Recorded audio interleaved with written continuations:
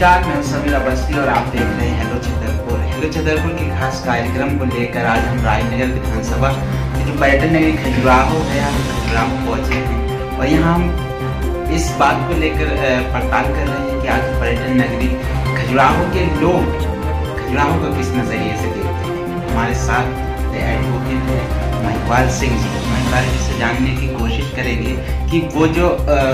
किस नज़रिए से राजनगर चुनाव को लेकर इन्होंने चुनाव में क्या देखा और खजुराहो के बारे में क्या सोचा। मैं एडवोकेट महिपाल सिंह, खजुराहो जी। सर, जैसे कि अभी खजुराहो विश्व में प्रसिद्ध है, काफ़ी नाम है खजुराहो का। प्रदेश में भी सबसे पहले अगर जैसे मुंबई के कलाकार या मुंबई के लोग हैं तो मध्य प्रदेश को कम खजुराहो को ज़्यादा और यहाँ पर भी आके कार्यक्रम करते हैं। तो फिल्म फेस्टिवल को लेकर आप बताइए, आपको आप 4 साल हो गए, कितने क्या यहाँ के लोग जिस तरह का लोगों में जागरूकता आनी चाहिए और जिस तरह का प्रचार प्रसार होना चाहिए उस तरह का प्रचार प्रसार नहीं हुआ है। अपन ये देखें यदि जो और पर्यटक स्थल हैं वो दुनिया में कितने मशहूर हो चुके हैं, लेकिन खजुराहो जो अपने आप में ऐसी स्थापत्य कला रखता है, अपने आप में एक गौरव है खजुराहो मध्य प्रदेश के लिए, वो उन पर्यटक स्थलों की अपेक्षा जो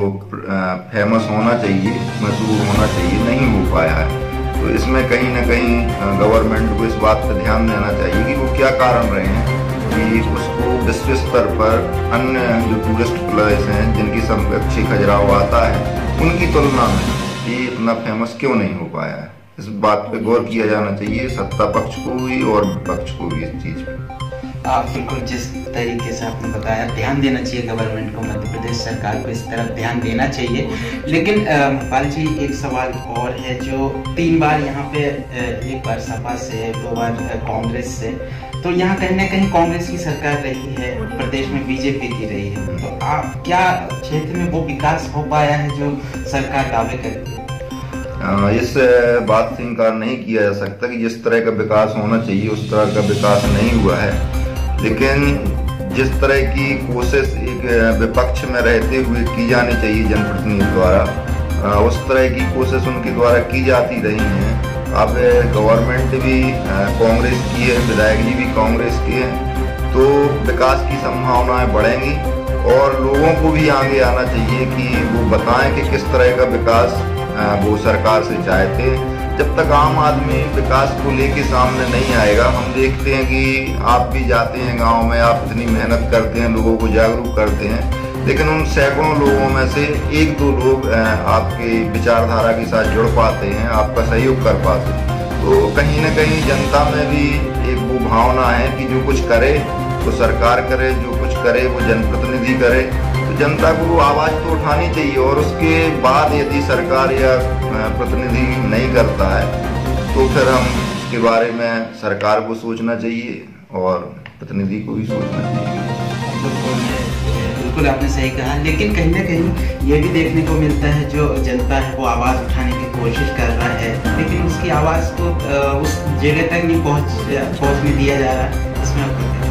ये बिल्कुल वही सही बात है कि बहुत से जो सरकार कहती है कि जनता जागरूक नहीं है, तो ये दोनों पहलू है। पहला पहलू मैंने अभी बताया, दूसरा पहलू ये है कि हर गांव में आपको 2-4 लड़के इतने जागरूक मिलेंगे जो आवाजें उठाते हैं, लेकिन जो प्रशासनिक तंत्र है वो कुंभकर्णी नींद में, भ्रष्टाचार की गिरफ्त में इतना अधिक है कि वो जो लोग आवाज उठाते हैं उनको परेशान किया जाने लगता है, उनके ऊपर मानसिक इतना दबाव डाल दिया जाता है, उनकी शिकायतों पर इतना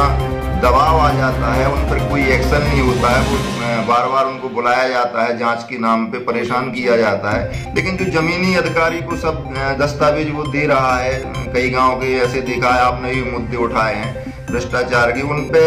पूरे दस्तावेज उपलब्ध करा देने के बावजूद भी जो प्रशासनिक अधिकारी है वो उन पे ध्यान नहीं देता। तो कहीं ना कहीं ये जो भ्रष्टाचार की लिंक है जो ऊपर तक बड़े से बड़े अधिकारी तक, एक चपरासी से लेके बड़े अधिकारी तक बैठी हुई है, इसलिए कोई कार्रवाई नहीं हो पाती है। तो सबसे पहले तो ये जो करप्ट अधिकारी बैठे हुए हैं अपने क्षेत्र में, इनको हटाया जाना चाहिए, इनको बदला जाना चाहिए। अभी भी देखते हैं कि रेता का जो यहाँ पे मुख्य कारोबार है, जो अवैध उत्खनन होता है, और इनके पास में पैसे आते हैं बाकायदा बंधे हुए, इनके पास में 1000 2-2000 रुपये आते हैं, और नायब तहसीलदार जाते हैं, जो पैसे दे देता है उसको छोड़ देते हैं, जो पैसे नहीं देता है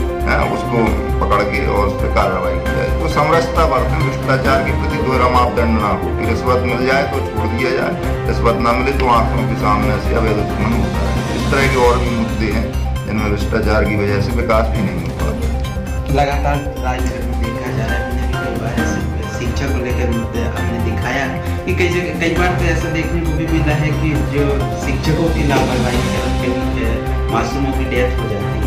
तो क्या ऐसा होना चाहिए? शिक्षा विभाग को क्या बताया? मैंने वो आपकी न्यूज देखी थी और मैंने उसमें कमेंट्स भी किया था कि जो वहाँ के वो भोजन बनाने वाला समूह जिसको भी जवाबदारी थी, उस पर केस रजिस्टर्ड होना चाहिए था, संबंधित प्रधानाचार्य पे केस रजिस्टर्ड होना चाहिए थे, और जो वहाँ पे व्यवस्था देखने वाला टीचर था उस पर भी केस रजिस्टर्ड होना चाहिए, क्योंकि जो बच्चा चला गया है उसको कुछ आप मुआवजा दे देंगे, वो शायद हमें तो नहीं लगता कि उसको कुछ मुआवजा भी मिला हो। तो इस तरह की जो शिक्षा का घर है, वहाँ पे एक जो पिता या माँ होती है, वो जब अपने बच्चे को भेजती है तो वो पूरी स्कूल की जिम्मेदारी पे भेजती है कि हमारा बच्चा सुरक्षित जगह पे, क्योंकि माँ बाप के बाद एक बच्चा ही होता है, जो बच्चे वो शिक्षक ही होता है जो बच्चे का जीवन संवारता है। तो इस तरह की घटनाएं साफ उजागर कर रही हैं कि शिक्षा व्यवस्था में गुणवत्ता के साथ साथ लापरवाही भी है, बच्चों की जीवन सुरक्षित नहीं है। तो ऐसे स्कूलों के जो टीचर हैं और जो स्व सहायता समूह हैं जो भोजन बनाते हैं, उन पे दंडात्मक कार्रवाई हो, और उस मामले में तो बिल्कुल केस रजिस्टर्ड होना चाहिए, उसमें कोई शंका नहीं है कि उस पर केस रजिस्टर्ड ना हो। आप हेलो छतरपुर के माध्यम से हमारे दर्शकों से क्या कहना चाहेंगे? मैं